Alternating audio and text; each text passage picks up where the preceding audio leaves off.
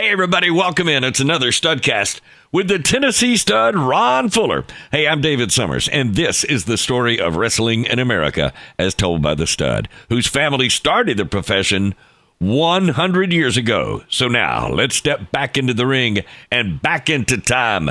Let's get wall to wall, treetop tall with the Tennessee stud, Ron Fuller.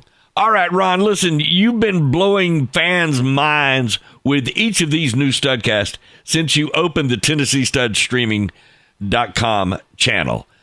Every Southeastern TV show now is one of the first to have been found from 45 years ago. I'm talking back in 1981. Pretty amazing, man. This is a record, basically a 25th Studcast in a row that's allowed us to show anything from as far back as 1981. So now these videos from each TV show is available to us every week. And the last couple of Studcasts have had a great number of videos in them. And this Studcast is going to have the most so far. So this one is also going to break the record for the most minutes shown in any Studcast so far. Okay, wow. All right, if all that is in this episode, we better get started right now because lately we have steadily exceeded the normal Studcast 1 hour range, which means you've been packing a lot of content into these shows. This one is likely going to be breaking the record for both number of videos and the record amount of TV time so far. All right, so why don't we start by you setting up the card for Studcast number 406, recorded in the third week of June, 1981. Well, this card opened with the same match as the card from the last Studcast, as a matter of fact. And that was definitely a main event anywhere in the world. That was Bob Armstrong facing Big Ron Bass. And this time, the match that they had last time was not a no disqualification match, but this time they're going to have the match again, and it's going to be a no disqualification match. Actually, it's going to be even more than that. It's going to be a good old Southern street fight. So, and then the opening match on the card next, this particular card is going to be Big Ron Bass, Bob Armstrong, in a Southern street fight.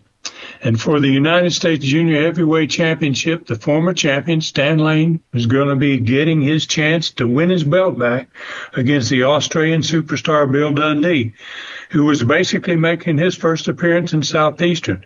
Dundee had beaten Stan Lane for the belt in Memphis, Tennessee the week before, and he was going to be coming back to Southeastern to defend his belt for the return match.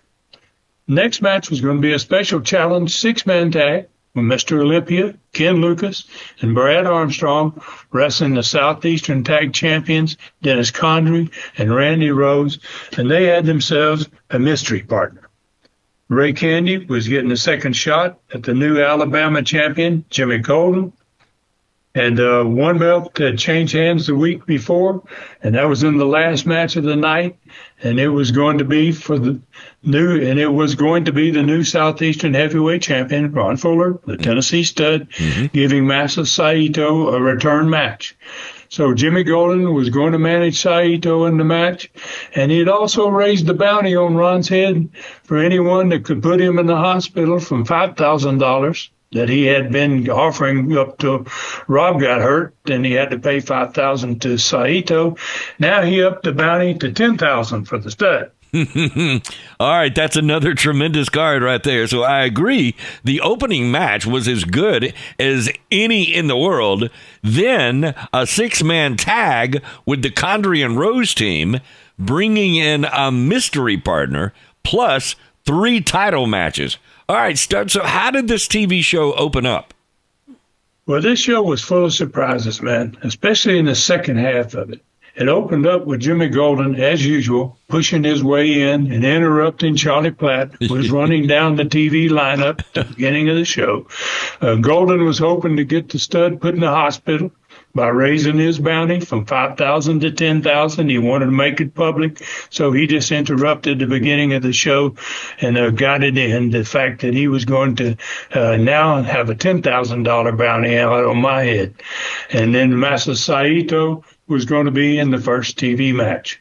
Okay, so our producer Brian is going to let us see how much bigger Golden's bounty money was going to get as we watch the powerful Saito do his thing. Here we go. He won that title from Mr. Saito recently. We'll be talking with Ron about that big victory in just a matter of moments on today's program. We'll be seeing Mr. Saito in action along with Ray Candy. Our main event, six-man tag action, and we hope you'll stay with us. Jimmy Golden. Excuse me, but I got a real important announcement for everybody, and I want y'all all to pay attention. I got $10,000 right here to the wrestler, to the man, to anybody. You don't have to be no wrestler. I'm saying anybody that will put Ron Fuller in the hospital. It worked once on Robert Fuller, and it's going to work again on Let Ron. me remind you, we'll be talking about nothing. $10,000.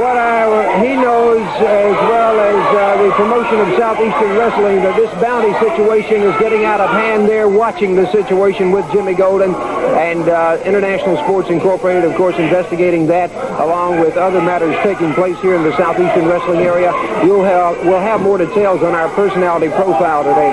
We're about ready for action to get underway. Let's go to the ring. Your attention, please. Our first match, one fall, 10-minute time limit to referee Bruce Fortson. Bruce Fortson, your referee.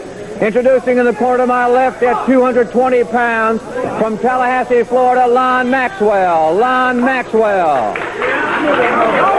His opponent at 245 pounds from Tokyo, Japan, Mr. Saito. Mr. Saito, the former Southeastern heavyweight champion, defeated for that title by Ron Fuller, taking on Lon Maxwell, our opening match. Collar and elbow, side headlock by Maxwell, hip toss takedown, but good way out with those head scissors. Saito. Excellent competitor here in the Southeastern Wrestling area. One of the most amazing men to watch in that square circle. Look at that takedown. Sweeping that leg into a toe hold, applying that pressure to the bottom portion of the leg. The ankle, of course, in this particular hold, taking a lot of the pressure. Lon Maxwell, up-and-coming competitor. Maxwell, quite a capable man in that ring. But look at that takedown, almost like an arm drag. Saito, there again, Al. I'll tell you what, Charlie, Saito is a very compact, a very muscle-bound 245-pounder. And he moves in that ring like a cat for a big man that he is. And take nothing away from Saito. He's an interesting wrestler to watch. Some of his tactics may be very questionable indeed. But still, you cannot deny the man his just due, and that is he is a fine wrestler. Oh, tremendous move by Saito on Maxwell. The count of two. Hold is broken. Saito with a forearm to the back.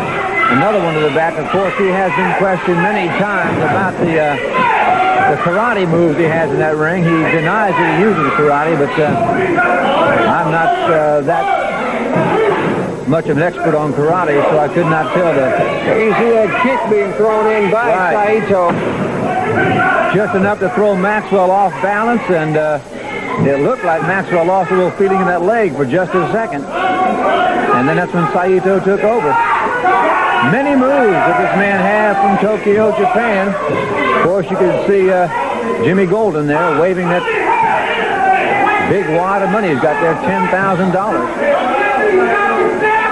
Of course, that bounty being placed on Ron Fuller, and that's very much in question. International Sports Incorporated, we mentioned a moment ago, looking into that situation, along with other problems being caused around the arenas, and we'll have more on that on Personality Profile. Saito with a double chop. That's what he's being questioned about. He said that's not karate. Now, what he does different to make that not karate, I don't know. Oh, tremendous takedown. Looked like a side souffle. It was a real quick one, and that was enough to do Lon Maxwell in. It's over, and your winner of the match from Tokyo, Japan, Mr. Saito. Saito, your winner of our first match. So Golden ups the bounty, but it didn't make any difference. Saito was just plain deadly, as a matter of fact. So what was next in the first segment on the show? Well, it was my turn to have my say. And Charlie and I watched a match in which I beat Saito for the Southeastern belt. This should be something great. A few wrestlers beat Saito. All right, I can't wait to see this one, and our producer Brian is going to roll that one for us now. Here it is. Dundee right now, joining us, the Tennessee stud Ron Fuller. Ron, first of all, congratulations on your win on the Southeastern Heavyweight Championship. Well, thank you, Charlie. It's really an honor. As you know, this part of the country means a lot to me. I've been here all my life, born and raised here. I've always wanted to hold this belt. Every time I've ever had it, it's quite an honor. And this time, for my brother, more so than anybody else, it's a bigger honor than ever, Charlie. This is for Robert. This is for Robert. Let's go into the arenas now and take a look at the action in which you go up against Saito. Before this match took place, you were injured. That's right, Charlie. I went into this match with a little bit of a handicap. I already had a hole in my head, and what they just picked up on there, they just missed the spot where Saito hit me with a karate. And the karate is an illegal move. It should have been an automatic disqualification at that point, but the referee didn't see it. And as you can see here, he's biting that cut that's on my head, and that's the worst thing you can do is put your mouth on some kind of wound, and it makes it real hard for your head to get well after something like this. And he's really enjoying this. He's really digging into it, really enjoying this. You can see in the background, Jimmy Golden, the Rat's already down there at ringside, cheering Saito on, and at the same time, Ray Candy came down. I want to help Ray. I want to thank Ray for helping me out. He came and he kept an eye on Golden, and he kept him out of this match. And you can see Saito there. He's using that chop to his advantage, and he's staying right on top of me. And he's a strong man. He's a real strong Japanese wrestler. He's about the best probably the best in the world. And here I'm going to start coming back a little bit, and I'm going to take care of him. Got him going here. And you see going into the turnbuckle.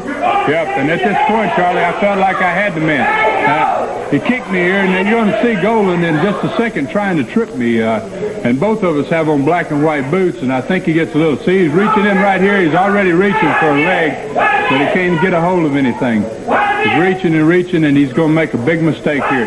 He got the wrong boot. Got the wrong boot right there. And there's Ray holding him out. 1, 2, 3 count. And now you can see there's a man that's really upset right there, Jimmy Golden. And at this point, I think the referee comes around and hands me the belt. And needless to say, Charlie, I'm one happy man at this point. One happy man. Whole lot of people happy, too. The new Southeastern Heavyweight Champion, the Tennessee stud, Ron Fuller. I'd like to say, too, Charlie, I'm going to hold this belt a long time, Jimmy Golden.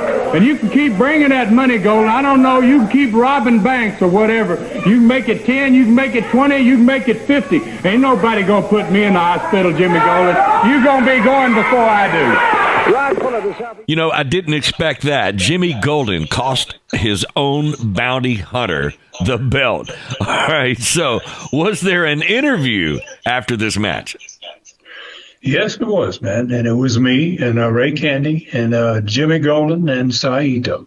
All right, here we go. Let's play that interview. Place is coming Monday night in Bountiful Auditorium, the Bounty Southeastern title match. Ron Fuller defends against Mr. Saito. Ray goes after the Alabama title of Jimmy Golden. No disqualification clause on that match. Let's hear the comments of Jimmy Golden and Mr. Saito. Ray Candy, you know something? I'm ashamed of you, boy. You come into this area and supposed to be so big and bad. You ain't nothing but a joke, son. You've been eating too much of that cotton candy and done got all fat and out of shape, and you can't get the job done. You need to quit passing out that candy, boy, and get some fight into you. Come out there ready for a fight, because that's what you going to have to do to get this title. You big, but you just ain't bad enough, Daddy. And then, Saito, I want to see you come out of Birmingham a rich man with $10,000. I want that Ron Fuller in the mud. I want him down in the dirt. I want him hurt bad. Do you understand me? Okay, Money make you happy. Squeeze his head right off. Already his brother, Robert Fuller. Right. Right. Now, brother, Robert Fuller, next to you, I super hold you. You take a hospital. You cry. You spit blood. He's sick all day.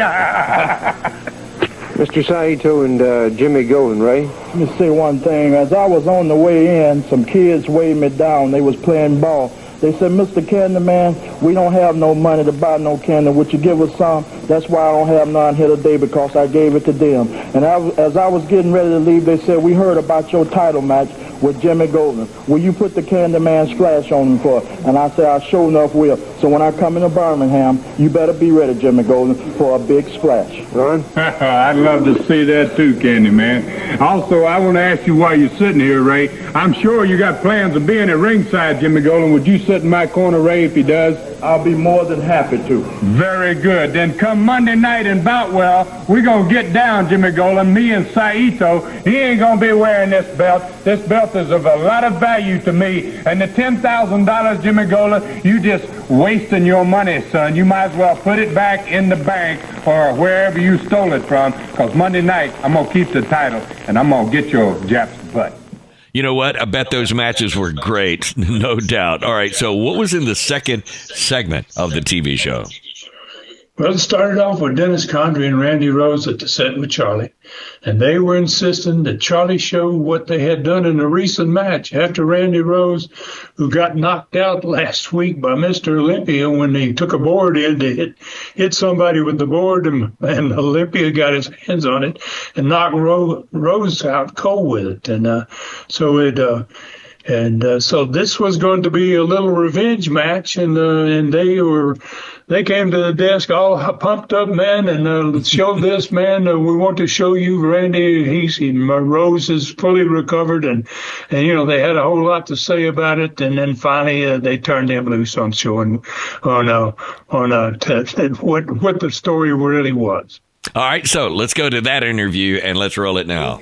And Dennis Condrey, the Southeastern Tag Champions, have joined us now. And, the last thing we want to do, Charlie, plan is sit out here and listen to you bump your gums. Everybody's seen what Jerry Stubbs did to me, brought a board in on TV and gave me a slight head concussion.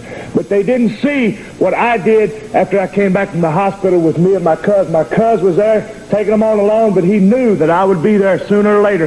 And we want you to show this film to these people and show them. I can't show right now, International Charlie. Sports Incorporated is reviewing. You can't what? Can't is not in our vocabulary. Don't ever say can't to us. I can't until I get the okay from International Sports Incorporated. You'll to show it this week or next week or sometime, because we'll have our lawyers on it. You can bet your booty on that, brother. It's just a matter of time, Charlie Platt. You want to stand out here and you want to tell all these people what they do to us, but you don't want to show us when we beat their brains out, do you? Well, that's all right, because I'm going to tell you one thing. We've got lawyers working on it with International Sports, and I guarantee you people will see the final outcome of what they did to my cousin and what we did to them, brother. There's some action that we're not able to show at this time because International Sports Incorporated seems to be the main malfunction, Charlie Platt? International Sports Incorporated is reviewing the tape. They think there's too much violence in it. Until I get the okay, I cannot show Anytime you see my cousin, you're going to see, and you see us together, you're going to see violence. Interesting and comment. You're about to see violence right now. The Southeastern Tag Champions, Randy Rose and Dennis Condrey. You know what? I love that one. I bet they never got to show the match they wanted to, and after what they had planned failed, they deserved it, I think. All right, so who was in the match in that second segment of the TV show? Well, it was something totally different, man, and very special, as a matter of fact. They were rarely done. Things like this were rarely done in the business back in those days. And I was very good friends with Bill Dundee in the Memphis territory. And I met him wrestling in Australia in 1973. And I encouraged him to come to America. He was a great little star there in Australia. I could see he was going to be a star wherever he lived. And I told him, I said, you need to come to America, man. And so he did that in 1975, about a year and a half after I left Australia. And he never left. I mean, he's still here in Memphis. And I thought Stan Lane was a very promising wrestler for us. And Bill Dundee, was a great junior heavyweight, just kind of like Lane. And so I talked to the Memphis owner. I talked him into a match between my United States junior heavyweight champion, Stan Lane, coming to Memphis to defend his belt in Memphis against the Australian superstar Bill Dundee. And I knew it would be a really great match with two future stars. It was recorded in the sold-out 11,000-seat Mid-South Coliseum, the same building where I wrestled 40 times in 1975 when I was the Memphis owner. Jerry Jarrett, who was the owner then, I was his Southern heavyweight champion. And Memphis was one of the best wrestling cities in the world. Undoubtedly. Nobody could dispute that. Okay, so this has already been a very good TV show, and I can't wait to see this United States Junior Heavyweight Championship match. So Brian, our producer, is going to take us to Tennessee with that video.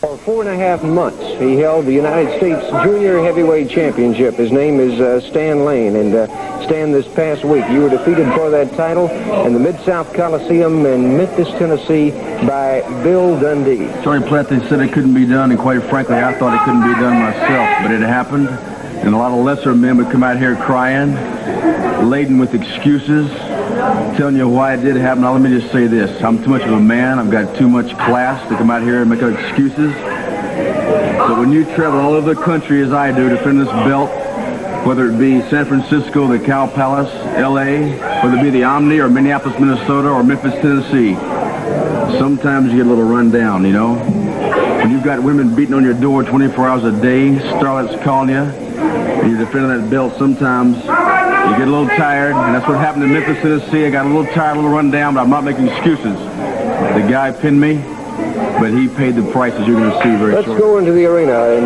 Memphis, Tennessee, and take a look at the action. The last few minutes of the match, you against Bill Dundee, and at this point in the match, Dundee is severely lacerated. He has a broken nose at this point. The guy is a rugged individual. He's from Australia. I didn't know that much about Bill Dundee going into this match. I watched several training films sent down from parts of the Tennessee wrestling area. I underestimated the guy.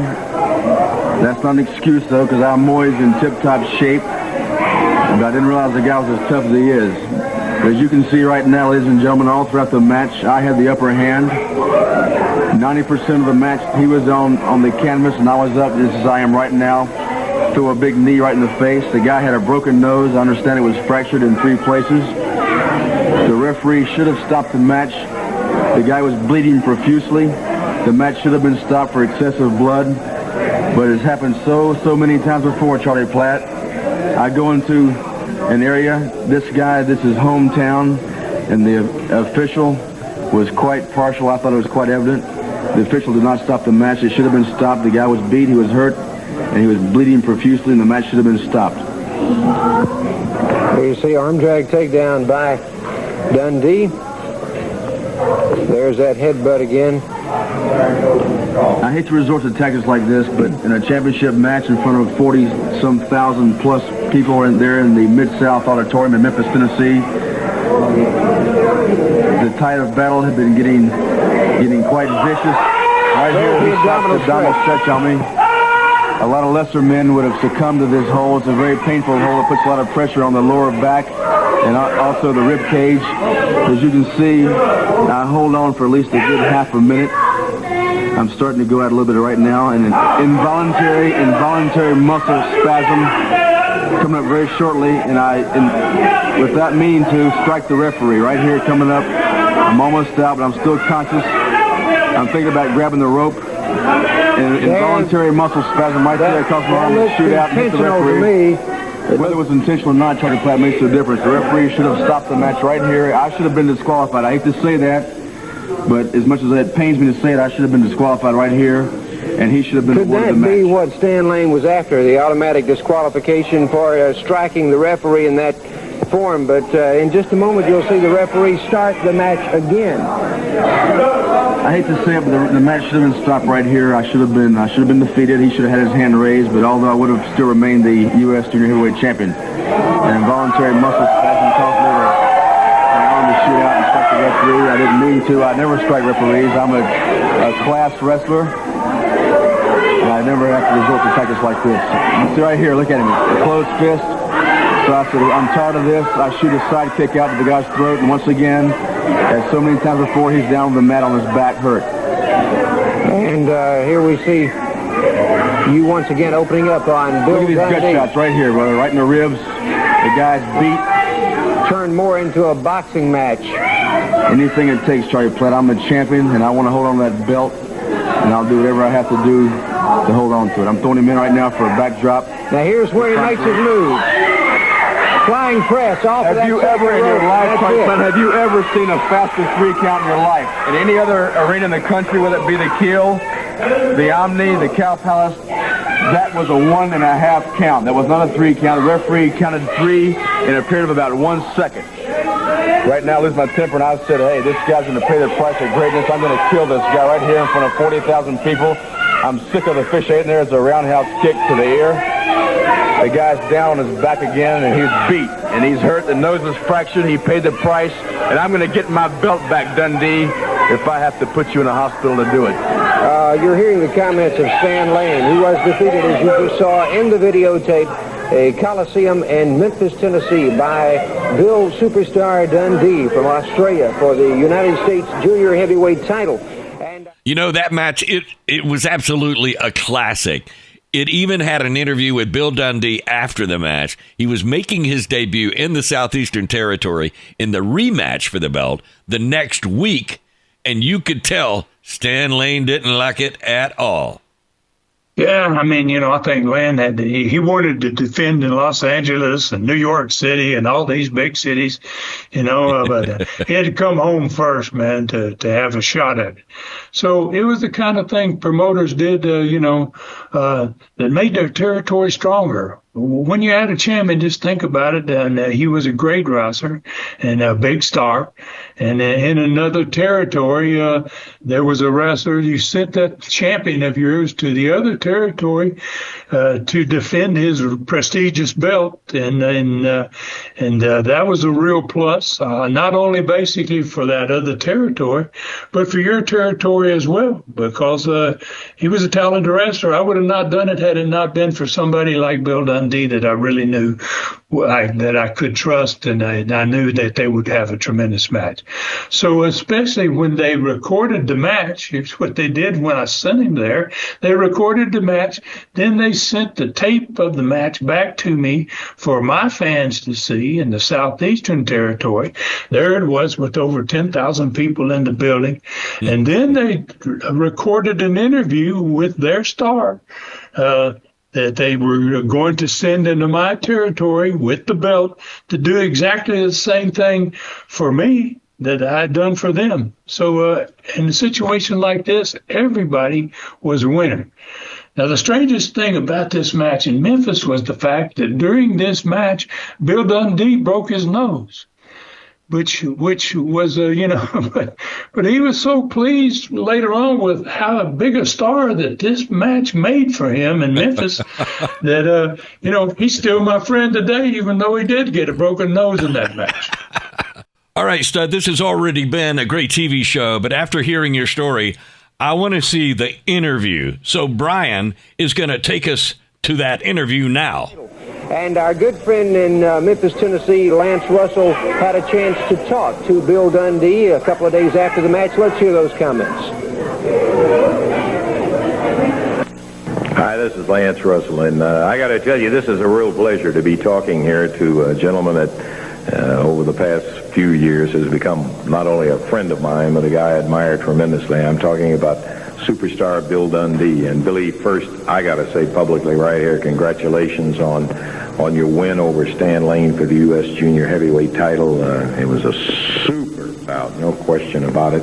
I understand that your first defense is going to be for the International Sports Incorporated Southeast area, and that you will be going into that area down there, which is no bad area. Well, that's right, Lance. I got a couple of friends down there, Bob Armstrong and Ken Lucas, and Ken called me on the phone. He said, Bill, you're going to love it down here. He said, it's just like Australia. They've got miles and miles of beaches and miles of pretty women, and that's what Australia was all about, and they tell me that's what down that area is all about. Well, I'm looking forward to going down there, Lance, and I'm looking forward to seeing Ken Lucas and Bob Armstrong, but the two guys, and the one guy I'm looking mainly to see is Stan Lane. Now, you can say that I think this is the way that's like a chess game. He just played better chess than I did for a little while of it. Now, we got the wrestling thing going, and I really thought he'd come to wrestle. He said, I watched his interview, and he said he'd send an interview and tell him how great a wrestler he was, and he is a good wrestler. I don't know, he just suckered me along the way for about 15 minutes. We go in, I don't know, up against the rope some way, and the next thing I know, you headbutted me. He broke my nose and blacked both my eyes. I'm not taking nothing off him. He's a real good wrestler, but I can just tell you this, Stan Lane, I'm not going to sell you short on the wrestling no more, brother. If it's a wrestling match, that's fine. But maybe you wish watch at it. Maybe me it's doing the headbutting now. Now, I'm just happy to win the belt. I mean, I can't even think. I don't really know what to say. But I can just say this, Stanley Lane. The next time you face across the ring, I'm going to know how you are. And you're not going to get away with breaking my nose again, brother. Now, I'm going to bring the belt down there, say hello to all the nice fans down there, like the people tell me. And Stan Lane, I'm taking it down there, and I'm going to wear it to the ring, and I'm going to wear it back. I'll tell you this. There's the comments of the new U.S. Junior Heavyweight Champion from Australia, Bill Dundee. You know, I heard the guy say he's going to defend the belt in the Southeast Wrestling area. Well, that's the last thing I wanted, because the people here have no class. They don't know what a true champion is. They don't have any respect for me. I wanted to get a retitle, a rematch in the Cow Palace in San Francisco or in L.A., where the people are beautiful just like I am, with the big city, the bright lights, and those people know what's going on, and they like me. They know I look good, and they know I can get the job done. I don't want to defend that belt here. The former U.S. Junior Heavyweight Champion, Stan Lane. What a classic that was. As you predicted, both of those wrestlers did become huge stars. I tell you what, he really did get his nose broken in that match. That is crazy. I think both of those wrestlers took a big step forward in their careers because of that. All right, so this TV show has already been so good, and we're just now getting to the personality profile. Set that up for us, Stud. Well, this time it's going to be with three bad boy heels: Jimmy Golden, Ron Bass, and Masa Saito.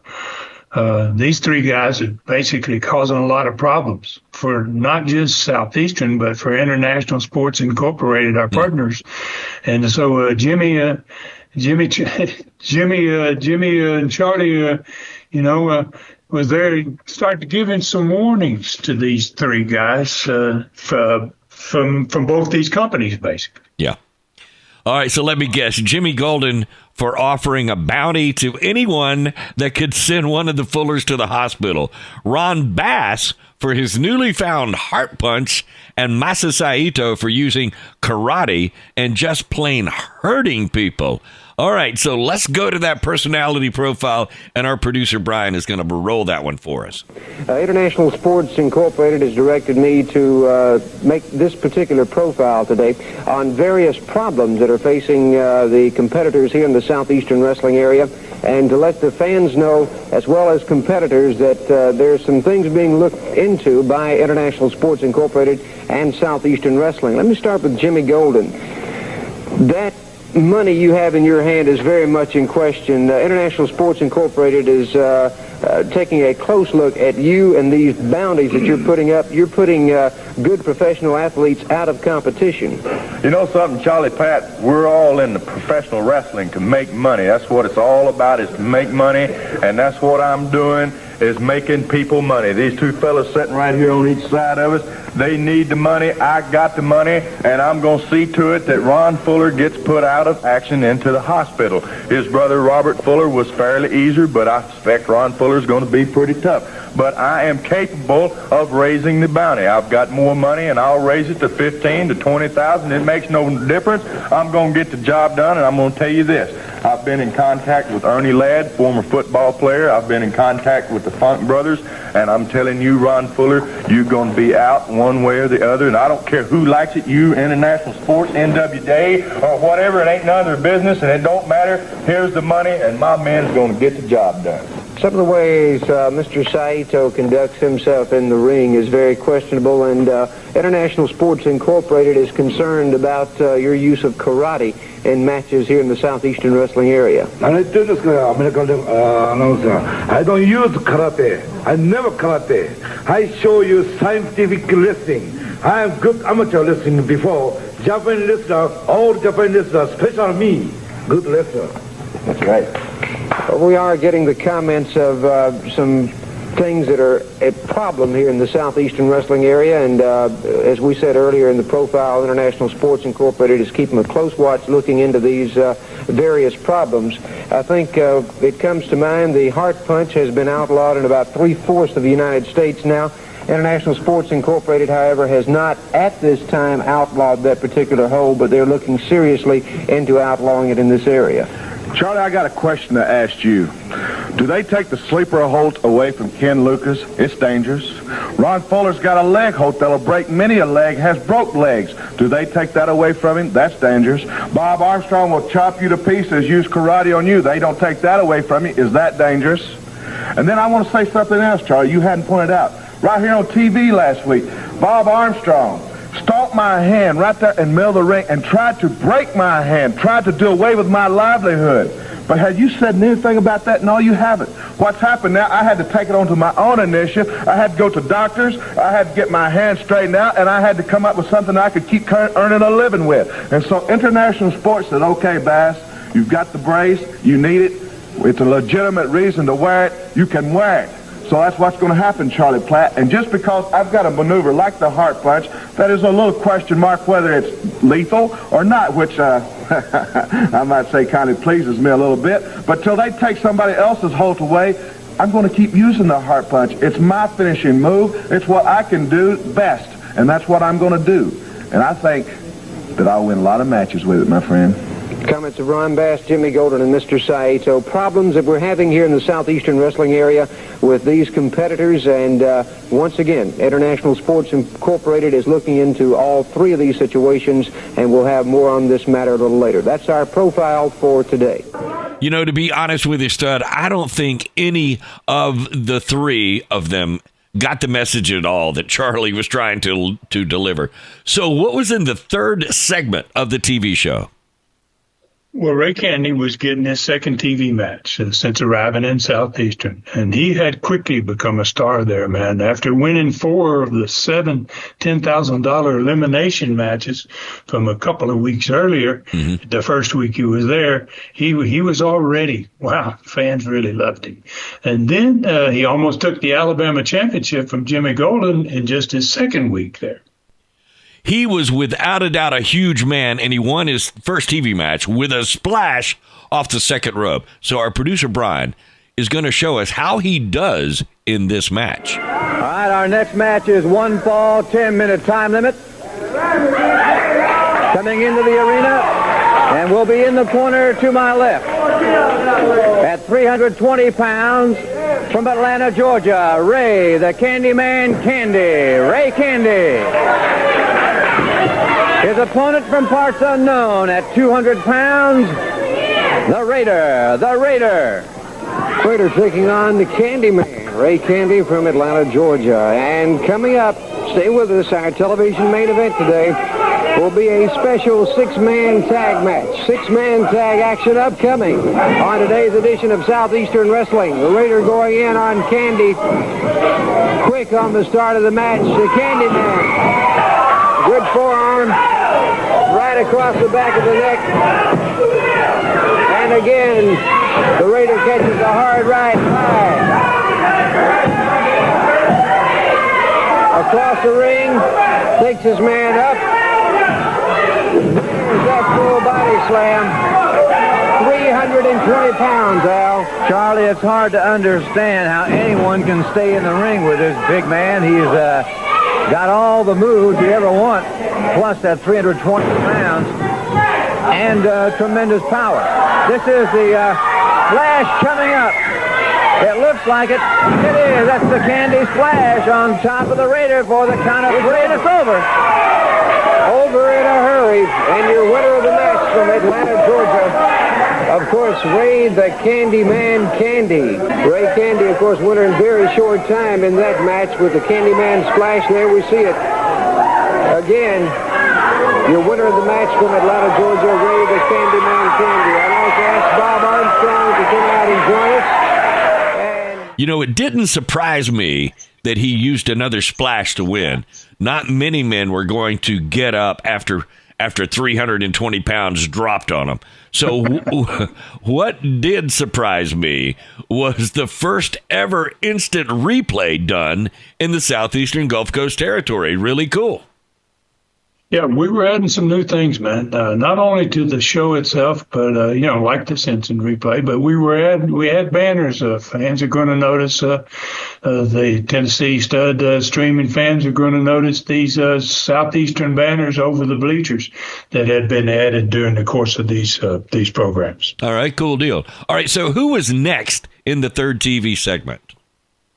Well, he's one of the highlights of the entire show, man. I mean, Bob Armstrong was going to wrestle Ron Bass again in the first match on the upcoming cards in the arenas.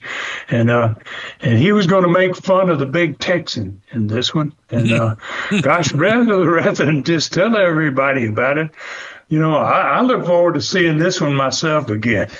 So it's a great interview, and Bob Armstrong showing what happened in his first match against Ron Bass. Nobody could do the stand-up like Bob. All right, so Brian, our producer, let's see what Bob Armstrong rather had in store for Ron Bass. This is going to be good. Here we go. Yep. This is for old Ron Bass, If all it takes to be a cowboy is a big hat and a cigar, then I'm just as big a cowboy as Ron Bass. Wouldn't you say today, Charlie? If that's all it takes, you're right. We have some action. Let's go into the arenas now and take a look at the action. Ron Bass against Bob Armstrong. Now, right here you see old Ron Bass. He's got them big old 20-inch arms around me, but he can't hold that hand because I stomped that in the mat last week when he tried to use that chain on me. And here a little old punch took his wind out there on his sternum, and he's kind of hurting himself there now. That thing's going. Now, that's what you call a jaw jacking right there. You get that jaw just right, you have jacked his jaw. I wanted to plant some toes in there, too, because he'd been hurting me a little bit. And you're going to see I ain't through. I jaw jacked him again. I wanted to backslap him, but I didn't get him in the right position. But I'm telling you, brother, that's just what I'm doing, too. And there's nothing. That'll loosen your teeth a little bit, too, when put in the right place. Now, right here, he's fooling with that elbow pad, and I reached to grab him, and he crossed my running lights right here, Charlie. I'm the first to admit it. Knocked me on out of the ring. I couldn't see nothing but stars, man. I thought I was in Hollywood for sure. Now, he came out right here. He tries to put that hard punch on me right here, but I raked his eyes. I had my hands in some of that good old red dirt, and I hated to do it, but I felt like I had to. When you're going to get hard punch, you do a whole lot of things. And now I'm jacking his jaw a little bit outside, and he decides to take a flight. He just took off back for Tampa, Texas or something. We fought all the way back to the dressing room. I came back trying to figure a way to get him back down there, and let's just finish the fight tonight. And I saw that big, pretty cowboy hat that he wears, and I thought, boy, if he thinks as much as this cowboy hat as most cowboys do, I can get him back in this ring with this cowboy hat right here. So I put it on, got on my little horse, as you're going to see in a minute, and I rode it around the ring, trying to get that boy back in the ring some way. Well, the thing about it is, Bass, we got a bunch of them coming up, boy, and I'm ready for you in fine cowboy style, and the next time I see you, I'll have this cigar lit for you. Comments of Bob Armstrong, our television... That was some of the funniest stuff I have ever seen on a wrestling show, so I bet Ron Bass was not happy to see that. Well, I'm glad to hear you said that, Dave, because this next one is Ron Bass and Bob Armstrong both doing an interview together. All right, can't wait. So please play the next part of it, what I would like to call the Bob Armstrong Comedy Show. Let's roll that. Southeastern Wrestling this coming Monday night, Boutwell Auditorium here in Birmingham. The Southeastern title will be defended in a bounty match, $10,000, as Ron Fuller defends against Mr. Saito. Alabama title, Golden against Candy, no disqualification. Special six-man elimination tag match. Also, this coming Monday night, you'll be seeing Bill Dundee defend that U.S. Junior title against former champion Stan Lane. And in a challenge match, no disqualification, Ron Bass takes on Bob Armstrong. Let's hear the comments of Bob Armstrong. You can call me Ron Bass, you can call me Big Mouth Bass, or you can call me Jackass. And you'll be right all three times. Now, when I get to Birmingham, I like wrestling you first. We're going to be on the first match, only this time it's going to be a no disqualification match. And you can see that I don't need your cowboy gear no more. I went out and got me a big old cowboy hat. And after Boutwell is through, there's going to be enough knots on your head, boy, to fit this big old hat. And I'll have my cigar lit in Boutwell. Ron? Bob Armstrong. The man, he tried to break my hand, Bob Armstrong. That was your first mistake. And now you just made your number two and the biggest one that you'll ever make in your life. You done made fun of the big bass man, my friend. Bob Armstrong, you have stepped in something that you don't know what you've got into and you don't know how you're going to get out of because the big heart punch is coming your way, Bob Armstrong. They're going to carry you out on stretchers. They're going to carry you out and they're going to put you where all the has-beens have gone, Bob Armstrong. I'm going to tell you something, and I want you to listen real good. I'm going to remember it because I'm big as an elephant and I got the memory of one. And things that you've done now, Bob Armstrong, is going to be all over when I get to Batwell Auditorium, my friend.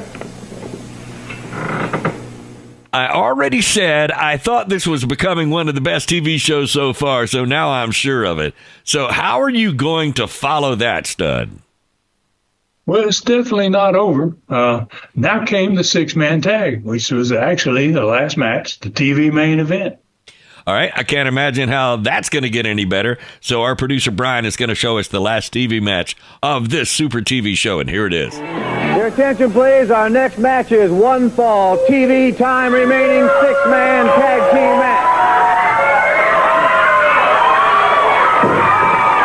Introducing, in the corner to my left, at a combined weight of 653 pounds, Brad Armstrong, Ken Lucas, and Mr. Olympia. Armstrong, Lucas, and Olympia. Their opponents at a combined weight of 732 pounds. Ron Bass, Stan Lane, and Jimmy Golden. Bass, Lane, and Golden taking on the trio of Lucas, Brad Armstrong, and Mr. Olympia. Time remaining, television main event, six-man tag action. And this is a main eventer anywhere in the country. Our capacity crowd here in the television studio ready for this one. They aren't the only ones. I've been ready ever since we talked about it. This is a main event anywhere, but we're most fortunate to have it here on TV. Certainly our hats off to the International Sports Incorporated in Southeastern Wrestling for putting this big six-man tag on television. Side headlock.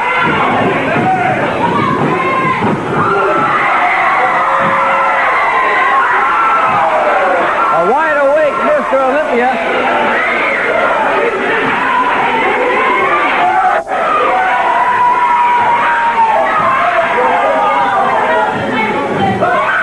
Puts the move on to Jimmy Golden.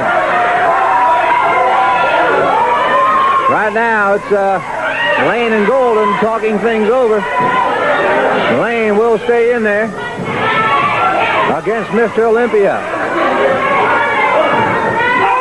Side headlock now by Mr. Olympia. Stan Lane with a body toss. Olympia up and over. Arm drag takedown by Lane. Kick. Arm drag takedown by Mr. Olympia. Another one by Mr. Olympia. On Stan Lane, Mr. Olympia tags in his partner, Ken Lucas. Lucas comes in with a side headlock and pumps away on Stan Lane. Studio fans all fired up.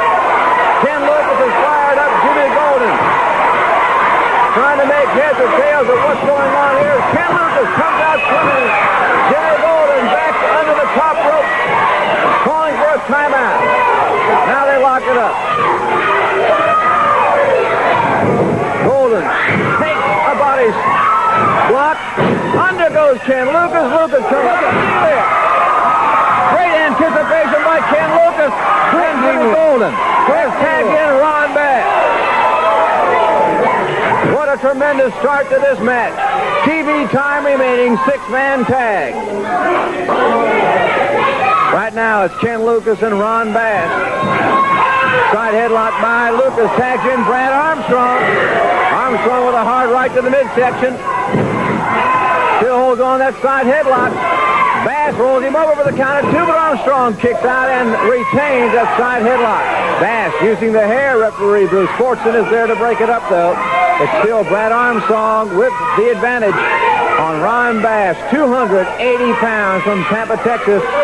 And Brad Armstrong, of course, 205 pounds from Marietta, Georgia. But the talent this man has is just short of unbelievable. You're looking at the 1981 NWA Rookie of the Year. And hopefully next week we'll be making that official presentation to Brad on the show live.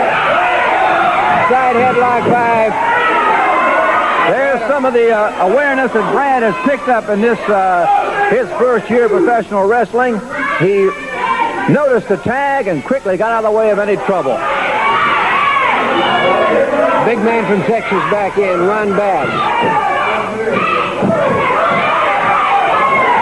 Collar and elbow, it's Bass with that left arm twisting and tags in former U.S. Junior Heavyweight Champion Stan Lane. Arm twist again, reversal by Brad Armstrong. He tightens up, tags Mr. Olympia. Olympia in, putting that fist right into the arm of Stan Lane. Tags now made with Lucas. Lucas tightening up again, and Lane gives in. Barring that left arm of Stan Lane. What a television main event. Six-man tag action.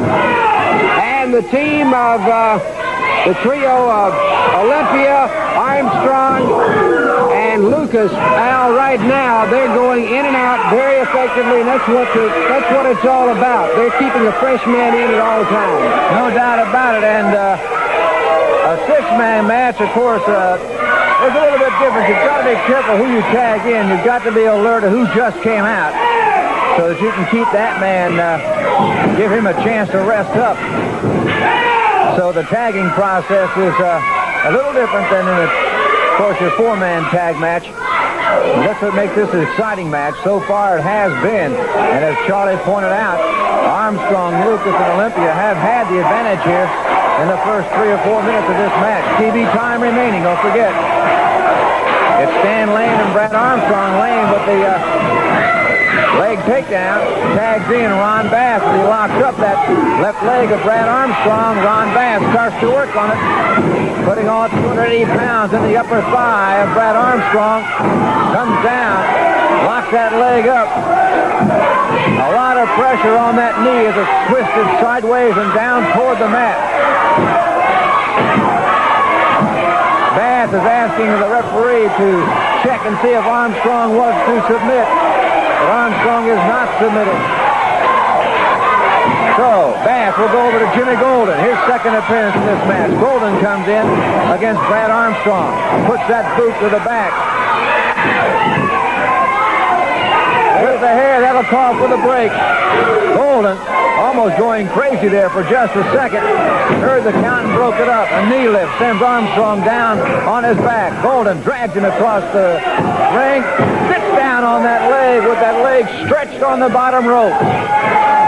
They're working over that left leg of Brad Armstrong, and Stan Lane comes in, stretching it out, putting full pressure, and again dropping that arm and weight into the left leg of Brad Armstrong. Step over toe hold. And some extra leverage from Mr. Bass from outside of the ring. Olympia comes in. And we have a change out there, and I don't believe the ring officials saw that. No tag was made. They swapped it out. And they continue to key on the left leg of Brad Armstrong. As we said, Brad Armstrong, NWA Rookie of the Year. Next week hopefully we'll be making the official presentation to Brad for that very prestigious honor. I also will be having live in the studio with us next week, Australian Bill Dundee, the new U.S. Junior Heavyweight Champion. Very exciting wrestler and a fun man to talk to. He's very refreshing, just a delight to have down here in the Southeast. We're looking forward to that. He won that title from Stan Lane, Mid-South Coliseum, Memphis, Tennessee, capacity crowd, and we look forward to seeing superstar Bill Dundee with us next week. In the meantime, they're continually tagging in and out, keying on that left leg of Brad Armstrong. Armstrong needing desperately to make the tag. So far, the trio of Golden, Lane, and Bass have prevented that tag from being made. Now, there you go. Bass back in. Charlotte, they have stretched that leg every way it can be stretched. Sideways, backward, over his head. You can start to see it reddening now. His left leg is turning bright red up in the upper thigh there. From the second rope, Lane comes down and hits it square. Referee was distracted in the other corner by the anxious teammates of Brad Armstrong, Ken Lucas, and Mr. Olympia. And in the meantime, Lane came down from the second rope. Armstrong trying to make the tag. Can't do it as Lane has his legs. And Jimmy Golden takes over, now starts to work. Armstrong trying to break out of it. Can't stand up on that left leg. Armstrong is in the opposite corner, crawling around, trying to get out. Makes the move. Can't do it, Mr. Olympia. Mr. Olympia comes in and starts to take charge. Olympia takes Stan Lane hard right to the top of the head, and again. He's on Jimmy Golden. All men in the ring now. This match about out of hand as all 6 men are in the ring. It's Bass with Brad Armstrong taking him over the top rope. Hurdle over that top rope. Brad Armstrong fighting back. Wait a minute, here comes Condrey and Rose in there. I don't know what they're doing in there. No business whatsoever. And Bob Armstrong is here. He's on Ron Bass. Brad Armstrong's on Jimmy Golden. Armstrong working on Bass. Rose behind, Condrey behind. They have Armstrong. The hard punch. The hard punch. Bob Armstrong gasping for breath. Bob Armstrong, let's get out of this. What an exciting match it was until Ron Bass hit Bob Armstrong with that extremely dangerous heart punch. This TV show has really been something else. All right, is there one last interview to come in the show? Yes, there is, as a matter of fact, but it doesn't have Bob Armstrong in it. And, and when you get hit with a heart punch, and I've got hit with one several occasions, you don't get over it quickly enough to come right back and do an interview. So he's not going to be in this interview, but he had really took a shot from Bass. All right, so let's roll that interview. Here it is. Upsetting the situation that just took place with Bob Armstrong. There is this coming Monday night in Banfield Auditorium, a 6-man elimination match. You and Ken Lucas, along with Brad Armstrong, will take on Dennis Condrey, Randy Rose, and their mystery partner. Let's cut away to another studio, get the comments of Condrey and Rose. Excuse me just a minute, boys, if you don't mind. Bob Armstrong, who's laughing now? Who's the man that's on top of the world now? Well, it ain't you, my friend. And let's see if you can drag that little skinny body of yours and get the bout well Monday night and get it again, my friend. There's only one thing they've been calling us, and that's eliminators. That's what we love, is an elimination match. After we eliminate you, the Halloween reject, the Pillsbury Doughboy, we might just work on the little rookie for a long, long time. Rose and Condrey. Well, you know, there's nothing we like better than a 6-man elimination tag match. Because when we eliminate your mystery partner, we don't care who it is. People may wonder who it is, but don't worry about it. We'll take care of him. Then it's going to leave 3-on-2. Rose and Condrey against myself, Ken Lucas, and Brad Armstrong. Don't sell him short because he can handle himself. You know, those two guys has made some real bad comments about myself and Mr. Olympia. Well, let me tell you something, Mr. Rose. I want to tell you real plain. You've called me Pillsbury Doughboy, but I'll tell you one thing for sure. I may slap you up against the face 2 or 3 times to get your attention, boy. Then I'm going to go right after Condrey, because myself and Olympia and Brad Armstrong is going to go out to do one thing, and that's win that match. And we're going to do it any way we can, because after we eliminate El Diablo, we're coming to get you. Excuse me, I hate to interrupt here. You hurt my dad, you hurt him bad. He's down, but he's not out. He's no quitter. Let me tell you something, Condrey, Rose, Bass, you're going to pay. Brad Armstrong coming in, certainly I don't blame him, Charlie. I don't blame him at all. And I'll tell you one thing. I know Bob Armstrong, and I'll guarantee you one thing. He's going to come back, and I pity Ron Bass, too, my man. It'll all take place this coming Monday night. A lot of action in Birmingham's Bapple Auditorium. The six-man elimination tag match. The Alabama title, no disqualification. Southeastern title with the bounty. Ron Fuller against Saito. And the U.S. junior title defended Bill Dundee against Stan Lane. This coming Monday night at 8:30. I'll tell you what, Ron Bass bragging about that heart punch to Bob Armstrong was totally uncalled for, no matter how much Bob had made fun of him earlier in the show. So I assume that was it for this great TV show, right? Actually, Dave, this is going to be one of the few times that we're going to show an actual closing of the show. And the reason we're going to show it is because Charlie and Al Roberts had a lot to plug for the next week. There was a lot going on in the territory at that time. It had been a great show. But once you hear what's happening in the end of it, so will be the next one. All right, so we are going to appropriately close this extremely exciting and entertaining TV show with more information on the next TV show. So Brian is going to play the last recorded part of this TV show. So here it is. Maybe after the officials at International Sports Incorporated see this incident today, maybe something will be finalized on that heart. Finalized is the word. There's been a lot of talk about, for sure, outlawing the hold, the move, the punch, whatever you want to call it.